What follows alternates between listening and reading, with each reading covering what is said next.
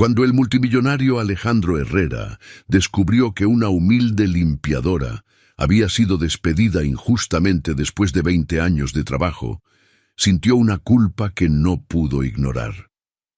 Para compensarla, le regaló una antigua mansión abandonada que había heredado de su familia. Era una casa enorme, deteriorada y olvidada por todos.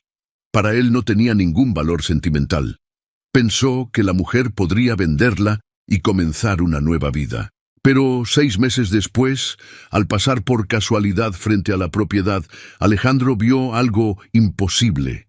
Las ventanas brillaban. Había risas. Había vida.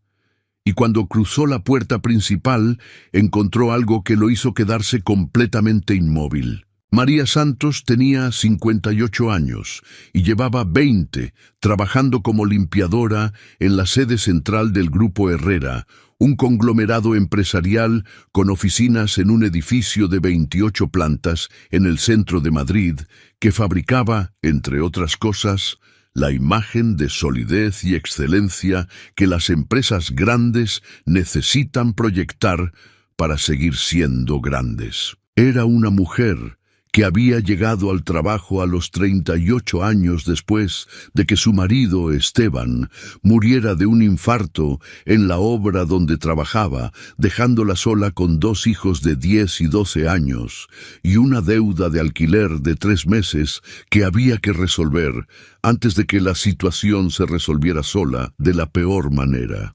Había encontrado el trabajo en el Grupo Herrera a través de una empresa de servicios auxiliares.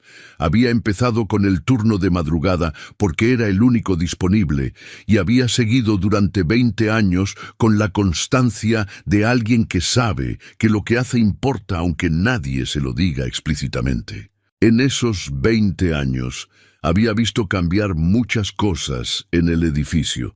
Había visto llegar y marcharse a directivos que en su momento parecían permanentes. Había visto reformas que transformaban los despachos de los pisos altos, mientras los almacenes de los pisos bajos seguían exactamente iguales. Había visto crisis económicas y expansiones y reestructuraciones y todas las fases del ciclo que atraviesan las organizaciones grandes cuando el mundo cambia a su alrededor. Lo que no había cambiado en 20 años era la manera en que María hacía su trabajo. Llegaba puntual. Hacía lo que tenía que hacer con la atención de quien sabe que los detalles importan, aunque nadie los vea. Se preocupaba por las personas que trabajaban a su alrededor con la naturalidad de alguien para quien eso no es un esfuerzo adicional, sino simplemente la manera de estar en un lugar donde hay otras personas. Recordaba los nombres de los hijos de sus compañeros. Sabía cuando alguien tenía un mal día antes de que ese alguien lo dijera. Dejaba notas pequeñas en los vestuarios cuando alguien tenía el cumpleaños, que en el momento parecen detalles menores y que con el tiempo construyen el tipo de presencia que un lugar echa de menos cuando desaparece. Los empleados del edificio, desde los guardias de seguridad del turno de noche, hasta algunos directivos que habían aprendido con el tiempo a notar quién era realmente importante en el funcionamiento cotidiano de un lugar, querían a María con la solidez específica del afecto que se construye año a año sin que nadie lo declare. La nueva directora administrativa se llamaba Cristina Valls. Había llegado al grupo hacía 8 meses con un currículum que impresionaba en papel y una manera de gestionar el territorio que consistía en dejar claro desde los primeros días quién tenía autoridad y sobre qué. Era inteligente y trabajadora, nadie lo negaba. Pero tenía también la tendencia de ciertas personas que han llegado rápido a posiciones de autoridad a confundir el ejercicio del poder con su demostración y a creer que el respeto se establece con la distancia más que con el trabajo.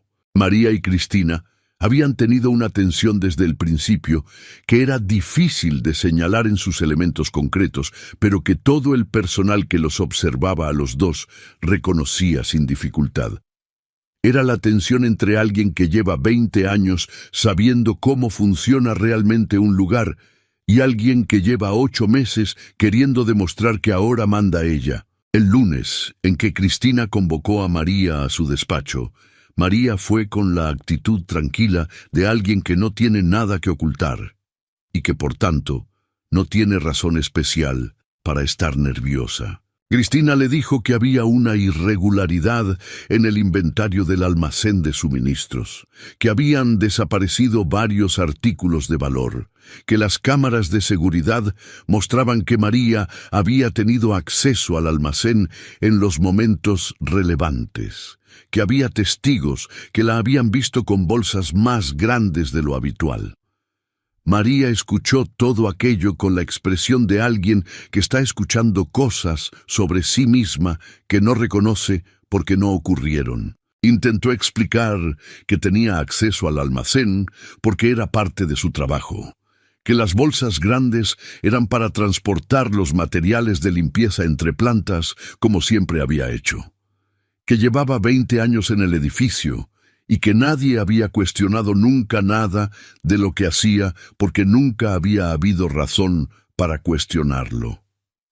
Cristina le dijo que la empresa no podía arriesgarse a mantener a alguien sobre quien existían dudas razonables. La despidió ese mismo día, delante de 2 personas del Departamento de Recursos Humanos que habían sido convocadas para el acto con la formalidad específica de las situaciones en que alguien quiere que las cosas queden registradas correctamente. María salió del edificio con sus cosas en una caja de cartón que alguien le había dado porque no había traído nada en que llevarlas, porque no había anticipado que iba a necesitarlo. La injusticia del despido de María no tardó en circular por el edificio, con la velocidad que tienen estas cosas, cuando la persona afectada lleva suficiente tiempo en un lugar para que mucha gente la conozca y para que muchas personas sepan de manera intuitiva que lo que se está diciendo de ella no cuadra con quién es. Varios empleados hablaron con sus supervisores. Algunos pusieron quejas formales que los recursos humanos procesaron con la lentitud habitual de los departamentos que no tienen interés en resolver rápido lo que les genera trabajo. Uno de ellos, un técnico de mantenimiento llamado Rubén, que llevaba 12 años en el edificio y que conocía a María desde antes de que sus hijos tuvieran hijos, tomó una decisión diferente. Fue directamente al despacho de Alejandro Herrera. Alejandro tenía 44 años y dirigía el grupo Herrera desde que había tomado el relevo de su padre 12 años atrás, en un proceso de transición que había sido más complicado de lo que la narrativa oficial describía. Era un hombre que había aprendido a tomar decisiones grandes con rapidez y a gestionar la incertidumbre con la calma de quien ha tenido práctica. Lo que no había aprendido también, o lo que había ido perdiendo en el camino hacia lo que era ahora, era cierto tipo de atención hacia las cosas que ocurrían debajo del nivel en que se tomaban las decisiones grandes. Rubén entró en su despacho sin cita, que era algo que prácticamente nadie hacía, y le dijo en 3 minutos lo que había pasado con María Santos, quién era María Santos, y lo que pensaba Rubén sobre la decisión que se había tomado. Alejandro lo escuchó. Luego pidió que le trajeran el expediente. Lo que encontró en el expediente era lo que había descrito Rubén. Una acusación basada en indicios circunstanciales que habrían sido insuficientes en cualquier proceso mínimamente riguroso. Una acusación contra alguien con 20 años de servicio impecable. Una decisión tomada con la velocidad de quien quiere resolver algo rápido, más que de quien quiere resolverlo bien. Alejandro convocó a Cristina Valls esa misma tarde. La conversación que tuvieron fue breve y no cómoda para ninguno de los dos, aunque por razones diferentes. Cristina salió de ella con la claridad de que había actuado con precipitación y con las consecuencias que eso iba a tener para su posición en el grupo. Alejandro salió de ella con la sensación incómoda de alguien que acaba de descubrir que en su propia organización había ocurrido algo que no debería haber ocurrido y que él no había sabido hasta que alguien se había tomado la molestia de subir 4 plantas y decírselo sin cita previa. El daño a María Santos no se podía reparar solo con ofrecer el trabajo de vuelta, aunque eso se hiciera.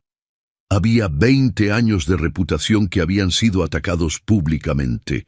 Había una humillación que había ocurrido delante de personas que la conocían. Había algo más difícil de cuantificar que el sueldo perdido de unos días. Alejandro pensó en cómo reparar algo así, con la honestidad de alguien que sabe que algunas cosas no se reparan completamente, pero que eso no significa que no valga la pena intentarlo. La mansión de Villanueva era una propiedad que había pertenecido a la familia Herrera durante 3 generaciones. Estaba a 40 minutos de Madrid, en las afueras de un municipio pequeño de la sierra, rodeada de 2 hectáreas de terreno que en otro tiempo habían sido jardín, y que el tiempo había convertido en algo más parecido a un bosque controlado. Era una construcción de finales del siglo XIX, de piedra, con 2 plantas y una planta baja, con capacidad para varias familias si alguien hubiera querido habitarla, que nadie había querido hacer desde que la madre de Alejandro había muerto 11 años atrás. Para Alejandro era una carga administrativa que generaba gastos de mantenimiento sin producir nada. La había puesto en venta 2 veces en los últimos años y en las 2 ocasiones el proceso se había complicado por razones que tenían que ver con la situación legal del terreno y que sus abogados habían resuelto en parte pero no del todo. Era, en la práctica, un problema sin resolver que estaba en la lista de cosas que atender cuando hubiera tiempo, que es la lista de la que raramente se atienden las cosas, porque el tiempo que se necesita para atenderlas nunca aparece con suficiente libertad. Había algo en la idea de darle esa propiedad a María Santos que tenía una lógica que Alejandro no habría sabido articular completamente, pero que sentía como correcta. No era solo compensación económica, era también reconocimiento. Era hacer algo que tenía la escala adecuada para el daño que se había hecho, aunque la forma que tomaba ese algo fuera la de una propiedad que a Alejandro no le costaba nada en términos sentimentales, porque llevaba años sin pensar en ella con ningún tipo de afecto. Fue a ver a María Santos personalmente. Vivía en un apartamento de 2 habitaciones en el barrio de Carabanchel, en un 5º piso con ascensor que sonaba de manera preocupante, con una ventana a la calle y una ventana al patio interior. María lo recibió con la expresión de alguien que no espera visitas y que cuando llegan intenta no demostrar que no las espera. Le ofreció café. Alejandro aceptó. Se sentaron en la cocina, que era pequeña y estaba muy limpia, con una planta en el alféizar que tenía el aspecto saludable de las plantas que alguien riega con regularidad y con criterio. Alejandro le dijo que lo que había ocurrido había sido injusto, que había habido un error en el proceso que nunca debería haber ocurrido, que lo sentía y que quería repararlo de la manera que estuviera en su mano repararlo. Le habló de la mansión de Villanueva, le explicó el estado en que estaba, le dijo que era grande y que necesitaba trabajo, pero que era suya si quería, que podía venderla y usar el dinero como punto de partida para lo que quisiera hacer a continuación, o que podía hacer con ella lo que le pareciera. María lo escuchó con la atención de alguien que no está segura de estar entendiendo bien lo que está escuchando. Le preguntó si era un préstamo. Alejandro le dijo que no, que era un regalo, que la escritura estaría a su nombre sin condiciones ni compromisos. María no respondió inmediatamente. Miró la taza de café durante un momento. Luego le dijo que lo pensaría. Alejandro asintió y se fue. María pensó durante 3 días. Llamó a sus hijos, que eran ya adultos con sus propias vidas, y les contó lo que le habían ofrecido. Su hijo mayor, David, que trabajaba como electricista en Getafe, le dijo que lo vendiera y que usara el dinero para comprarse algo más cerca de él. Su hija menor, Patricia, que vivía en Valencia con su pareja y sus 2 niños, le dijo que hiciera lo que le pareciera bien a ella. María fue a ver la mansión de Villanueva un sábado por la mañana en el coche de Rubén, que se había ofrecido a llevarla porque tenía carné y porque era de las personas que cuando alguien necesita algo concreto, ofrece lo concreto en lugar de lo genérico. Lo que encontraron cuando llegaron era exactamente lo que Alejandro había descrito. Una propiedad grande y deteriorada, con las ventanas selladas y la vegetación del jardín crecida sin orden durante años. La estructura de la casa era sólida, que era lo importante, con los muros de piedra intactos y el tejado en un estado que requería atención pero no reemplazo inmediato. El interior olía a cerrado y a tiempo detenido, con los muebles tapados con sábanas blancas que el polvo había vuelto grises, y las habitaciones con esa peculiar tristeza de los espacios que en algún momento estuvieron llenos y que llevan mucho tiempo vacíos. María recorrió cada habitación con la atención metódica de alguien que está evaluando posibilidades concretas. Subió las 2 plantas. Bajó al sótano, contó ventanas, calculó distancias entre espacios, miró el jardín desde las ventanas del 2.º piso y luego lo recorrió a pie, con el barro de noviembre pegándose a los zapatos mientras calculaba cuánto terreno había y en qué estado estaba. Rubén la seguía en silencio, que es la manera más útil de acompañar a alguien que está pensando. En el camino de vuelta, María estuvo callada durante un rato largo. Luego le dijo a Rubén que tenía una idea. La idea había estado en María desde niña, con la forma imprecisa de los sueños que uno tiene cuando es joven y que van perdiendo nitidez con los años sin desaparecer del todo. De pequeña, había crecido en un barrio de Madrid, donde había un centro de día para ancianos que no tenían familia. Un lugar pequeño y con pocos recursos, pero que tenía algo que a María le había impactado de niña, de manera que no supo articular hasta que fue adulta.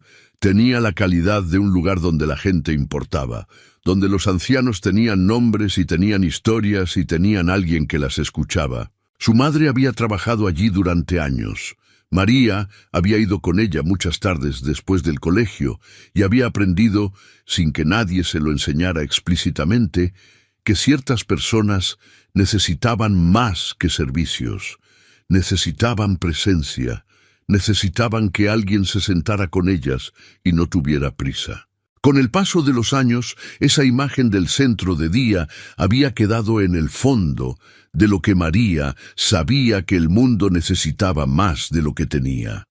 Pero entre esa imagen y la posibilidad de hacer algo con ella, siempre había habido una distancia que parecía insalvable cuando uno tiene 2 hijos, un sueldo de limpiadora y un apartamento de 2 habitaciones en el 5.º piso. La mansión de Villanueva, con sus 16 habitaciones y sus 2 hectáreas, y su solidez de piedra del siglo XIX, había hecho de repente que la distancia pareciera diferente. No inexistente, pero diferente. Lo que María hizo en las semanas siguientes fue lo que sabía hacer, que era empezar por lo concreto y no perderse en lo abstracto. Fue al ayuntamiento del municipio y habló con la trabajadora social para entender qué tipo de autorización requería transformar una propiedad privada en un uso de carácter social. Fue al centro de salud y preguntó si había necesidad de plazas para personas mayores en la zona. Fue a la parroquia del pueblo y habló con el cura, que conocía a las familias de la zona con el conocimiento específico de quien lleva muchos años escuchando cosas que la gente no le cuenta a nadie más.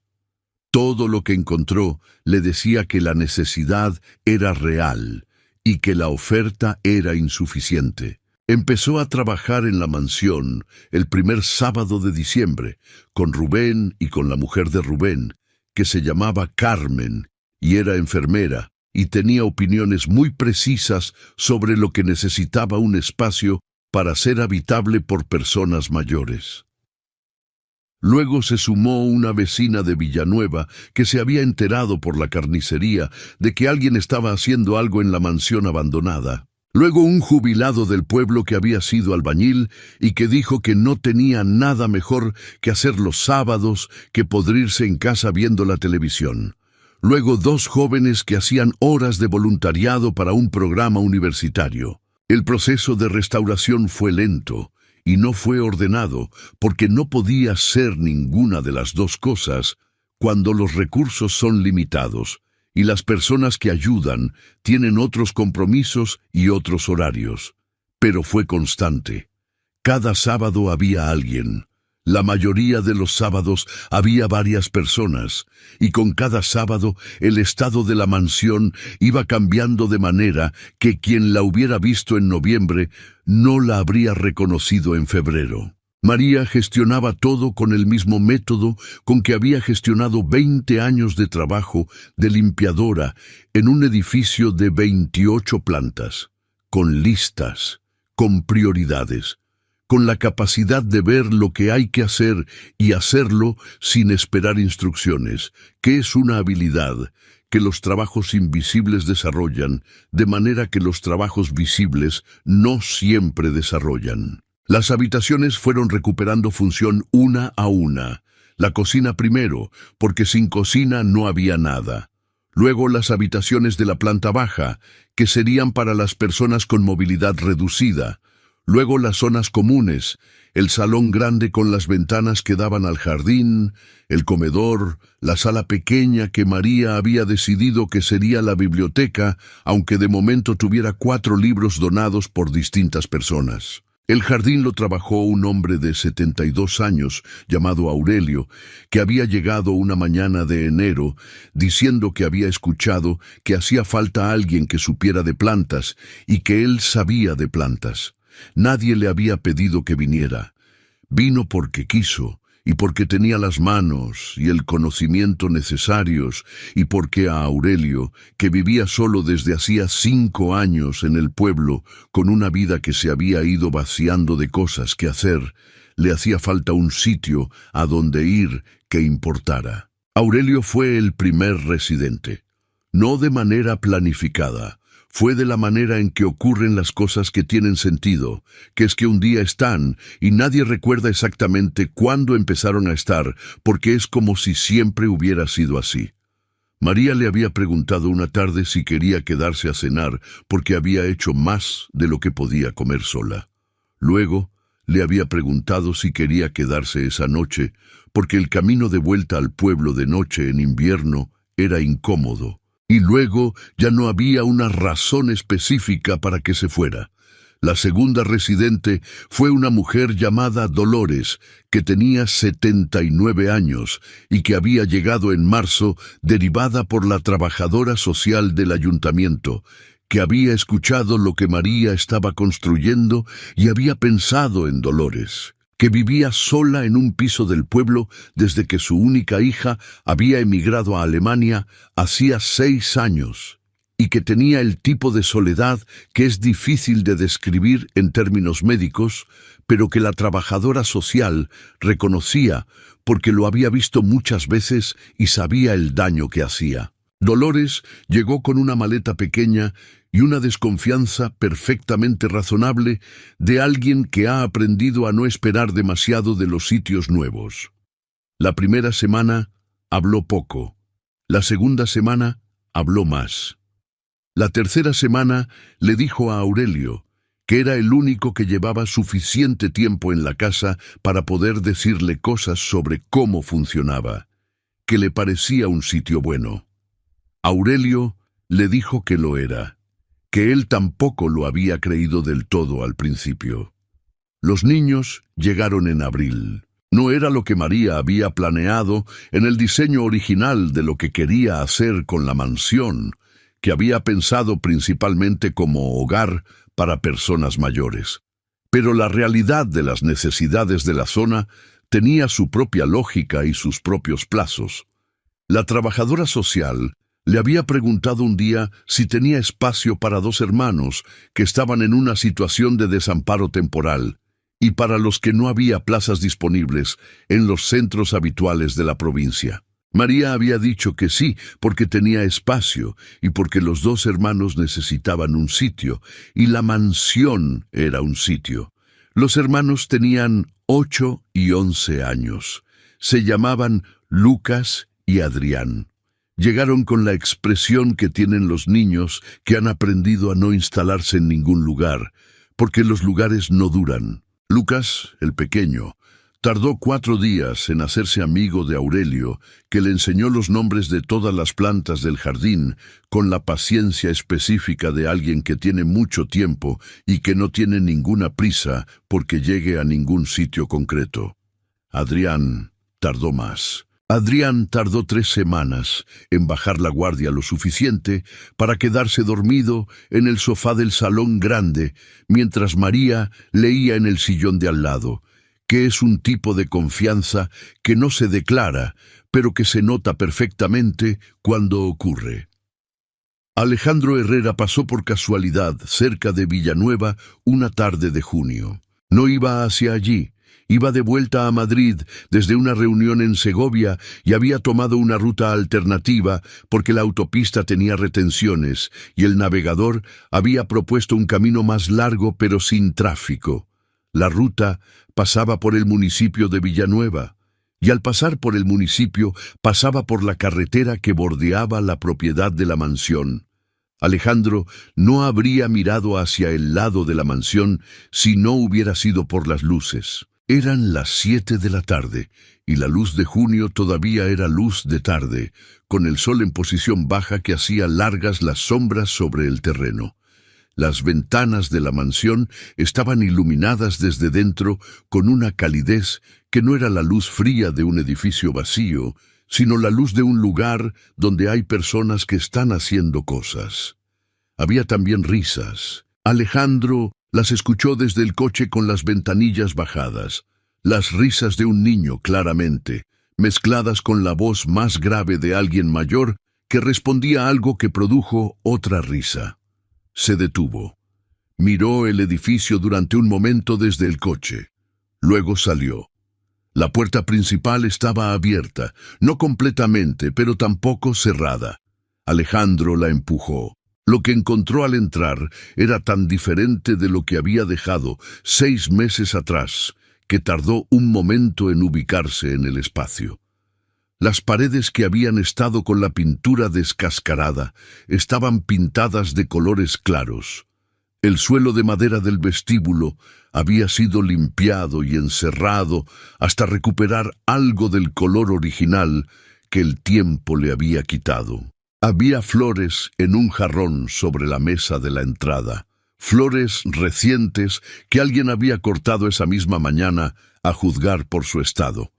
Del fondo llegaba el olor de algo que se estaba cocinando, un guiso con el tipo de aroma que indica que alguien que sabe cocinar lleva tiempo haciéndolo.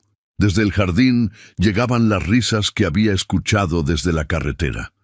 Se quedó en el vestíbulo durante un momento, sin que nadie lo hubiera visto. Luego una mujer apareció desde la cocina con un delantal y una expresión que cambió cuando lo vio. No con sorpresa, sino con el reconocimiento tranquilo de alguien que en algún lugar de su planificación había contemplado que esto podía ocurrir, aunque no supiera exactamente cuándo. María Santos lo miró durante un segundo, luego le preguntó si quería cenar, que estaba a punto de estar listo. Alejandro tardó un momento en responder. Dijo que sí. Le mostró la casa mientras el guiso terminaba de hacerse. Lo hizo con la naturalidad de alguien que muestra un lugar que conoce bien, y que lo conoce bien porque lo ha construido, no porque lo haya recibido ya construido.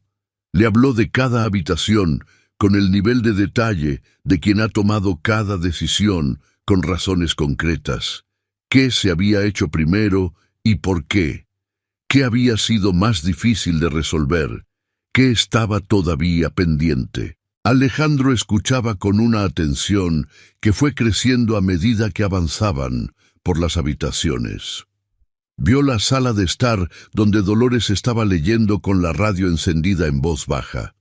Vio el comedor con la mesa larga donde cabían más personas de las que había visto cuando aquello era solo muebles tapados con sábanas. Vio el jardín desde la ventana del primer piso, con Aurelio y Lucas en una esquina haciendo algo con tierra y con herramientas pequeñas. María le explicó quién era cada persona. La historia de Aurelio, la de Dolores, la de los dos hermanos, el proceso de autorización con el ayuntamiento, los voluntarios que venían los sábados, la enfermera del pueblo que pasaba 2 veces por semana porque se lo había pedido y porque había accedido porque le parecía una causa que valía la pena. Alejandro escuchó todo aquello con la expresión de alguien que está recibiendo información que cambia un modelo mental que tenía sobre algo. Cenaron todos juntos en el comedor largo. Lucas hizo 3 preguntas sobre el trabajo de Alejandro, que eran más precisas de lo que uno esperaría de un niño de 8 años, lo cual Alejandro respondió con honestidad, porque no había razón para no hacerlo. Dolores dijo que el guiso estaba muy bueno.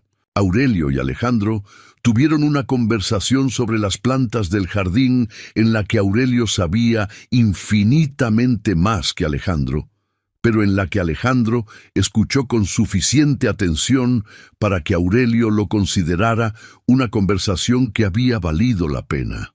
Después de cenar, cuando los demás estaban en el salón y María estaba recogiendo la cocina, Alejandro se ofreció a ayudar. María le dijo que sabía dónde iba cada cosa, lo cual era verdad, pero que podía secar si quería. Lavó y secó en silencio durante un rato. Luego Alejandro le dijo que quería ver el sótano. María lo miró durante un segundo.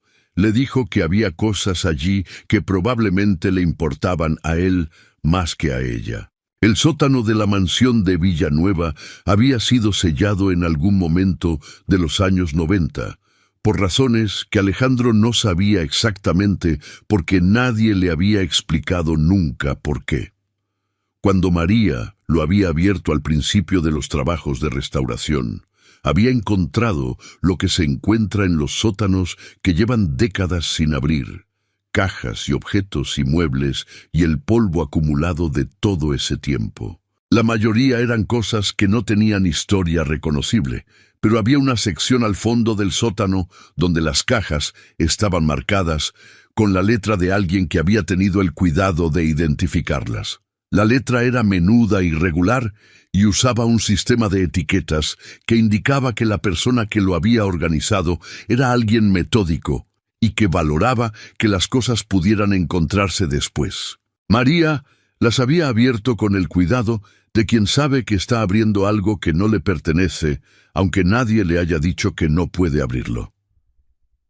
Lo que había encontrado eran fotografías, cartas, objetos pequeños con el tipo de significado que los objetos pequeños tienen cuando alguien los ha guardado con intención, cuadernos con una escritura que era la misma letra de las etiquetas, postales de lugares, dibujos de niños que con el tiempo se convierten en adultos y que esos dibujos son lo que queda de quienes eran cuando los hicieron.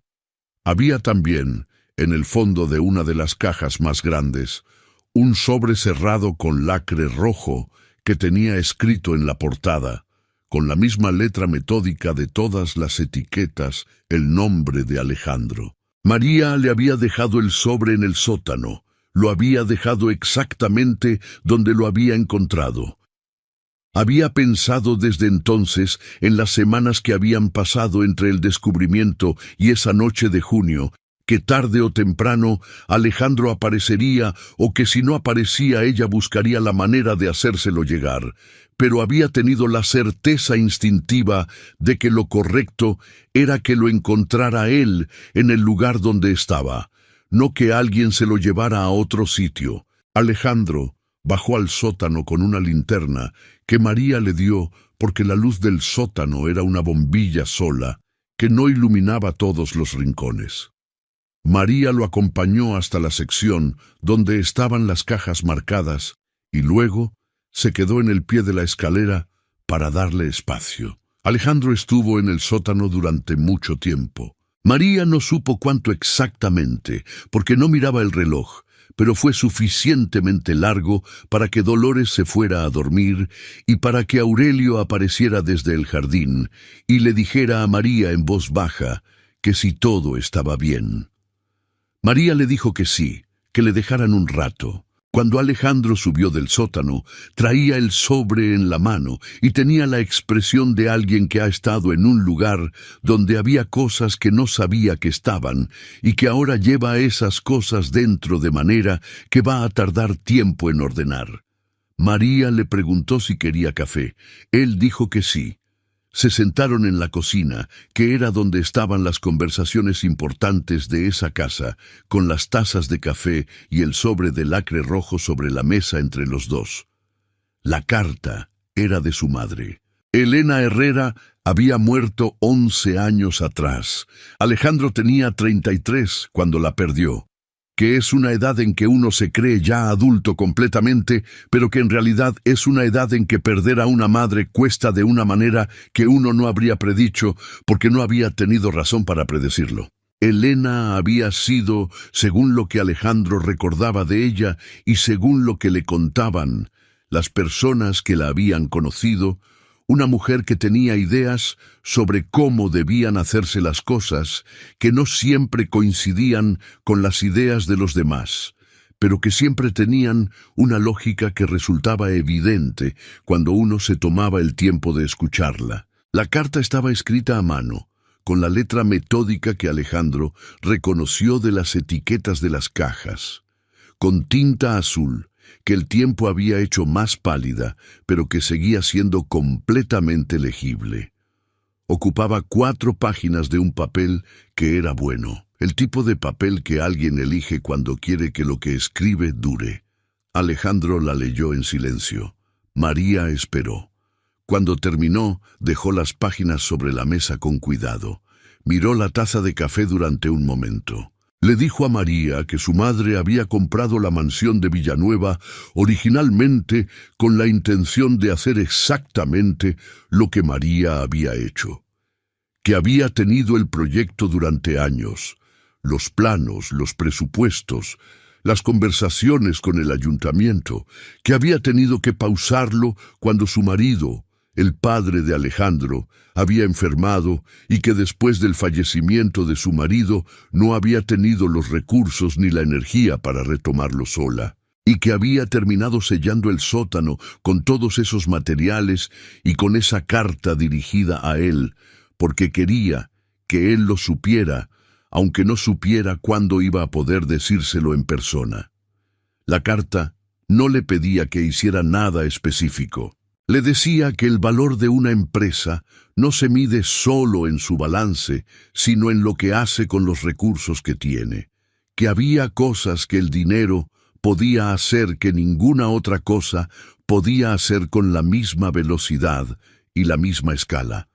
Y que esperaba que él lo supiera, que estaba segura de que lo sabía, aunque a veces se olvidara, que no era lo mismo saber algo que actuar como si lo supieras. La última frase de la carta decía que lo quería y que estaba orgullosa de él y que esperaba que encontrara la manera de hacer algo con lo que tenía que valiera la pena cuando lo mirara hacia atrás. Alejandro estuvo en silencio durante un tiempo. María no dijo nada porque había cosas que no necesitaban que nadie dijera nada. Luego Alejandro preguntó qué necesitaba la casa para seguir funcionando. No como pregunta retórica, como pregunta práctica de alguien que está evaluando cómo puede ayudar con lo que tiene. María le dijo que había una lista, que siempre había una lista. Alejandro le dijo que le gustaba que hubiera listas. María lo miró durante un segundo. Luego se levantó, fue al cajón donde guardaba los papeles importantes y sacó una carpeta que tenía exactamente eso. Una lista de lo que la casa necesitaba, dividida en necesidades inmediatas, necesidades a medio plazo y cosas que serían buenas tener, pero que no eran urgentes, todo con costes estimados que alguien había calculado con suficiente precisión para que los números tuvieran sentido. Alejandro la hojeó durante un rato. Le dijo que los números eran buenos. María le dijo que había tenido ayuda de personas que sabían calcular estas cosas. Alejandro preguntó si había pensado en constituirlo como fundación. María le dijo que había pensado en ello, pero que el proceso legal le parecía complicado y que no había encontrado todavía a alguien que pudiera ayudarla a navegarlo. Alejandro dijo que podía ayudar con eso. Lo dijo con la naturalidad de alguien que está ofreciendo algo que está en su mano ofrecer, y no como gesto grande que espera reconocimiento. Lo que vino después fue el tipo de trabajo que no tiene momentos singulares de impacto, sino que consiste en muchas cosas pequeñas, hechas de manera consistente a lo largo del tiempo. La constitución legal de la fundación, que los abogados del grupo de Alejandro gestionaron con una velocidad que solo es posible cuando alguien con autoridad real dice que es una prioridad. La formalización de los acuerdos con el Ayuntamiento de Villanueva. La incorporación de personal con formación específica para los cuidados que los residentes necesitaban, porque la buena voluntad de los voluntarios era necesaria pero no suficiente para todo. La adaptación de las instalaciones para que cumplieran los requisitos de accesibilidad y seguridad que la ley requería para ese tipo de uso. Alejandro apareció en Villanueva con más frecuencia de lo que habría predicho cuando salió del coche aquella tarde de junio. No con la regularidad de alguien que ha hecho de eso su actividad central, sino con la frecuencia de alguien que ha encontrado un lugar donde ocurren cosas que le recuerdan algo que había ido perdiendo sin darse cuenta de que lo perdía. Aprendió los nombres de todos los residentes. Aprendió que Dolores prefería que le leyeran en voz alta a leer sola, aunque podía hacerlo, porque la voz de otra persona cambiaba la experiencia de las palabras de una manera que no sabía explicar bien, pero que era real. Aprendió que Aurelio sabía cosas sobre el ciclo de las plantas que ningún libro de botánica le había enseñado a Alejandro, porque Aurelio lo había aprendido de la práctica de 50 años de jardinería, y la práctica tiene una granularidad que los libros no capturan. Aprendió que Lucas preguntaba cosas que parecían simples y que no lo eran. Y aprendió, de la manera en que se aprenden las cosas que están justo delante, pero que requieren tiempo para verse con claridad, que María Santos era una persona que hacía algo que él no sabía hacer, que era tomar lo que tenía y convertirlo en lo que hacía falta. Un domingo de octubre, cuando el jardín de la mansión tenía el color específico de los otoños de la sierra madrileña, y había suficientes hojas caídas para que Aurelio y Lucas y Adrián estuvieran ocupados con rastrillos en diferentes partes del terreno. Alejandro le dijo a María que la carta de su madre le había dicho cosas que sabía, pero que había dejado de practicar. María le preguntó qué cosas. Él le dijo que lo que hace una empresa importa, no solo los números, lo que hace de verdad, con los recursos que tiene, en el tiempo que tiene para hacerlo. María asintió. Luego le dijo que su madre debía de haber sido una mujer muy interesante. Alejandro le dijo que sí, que lo era, que a veces se olvidaba de cuánto lo era hasta que algo le recordaba. María dijo que eso pasaba con las personas que importaban, que uno las llevaba tanto tiempo dentro que dejaba de notar cuánto peso tenían, hasta que algo las ponía en primer plano de nuevo. Alejandro la miró durante un momento. Le dijo que el regalo nunca había sido la mansión. María dijo que lo sabía desde el principio. Luego los dos miraron el jardín donde Aurelio regañaba afectuosamente a Lucas por algo relacionado con la manera de usar el rastrillo. Y Lucas respondía con el argumento de alguien que cree tener razón aunque no la tenga, y Adrián estaba un poco más allá fingiendo que no los escuchaba, aunque claramente sí los escuchaba. Era un jardín que 6 meses atrás era maleza y ahora era un lugar donde ocurrían cosas. No era diferente porque hubiera cambiado el terreno. Era diferente porque había personas que habían decidido que era un lugar donde querían estar. Esa era en realidad la única diferencia que importaba. La Fundación Elena Herrera, que así se llamó porque así lo propuso Alejandro y porque a María le pareció exactamente el nombre correcto, fue constituyéndose a lo largo del otoño y el invierno con la solidez de las cosas que se construyen sobre razones reales. No fue un proceso rápido, fue un proceso correcto. Las listas de María siguieron existiendo porque sin listas las cosas no ocurren. Los voluntarios siguieron viniendo los sábados porque las razones por las que venían seguían siendo las mismas.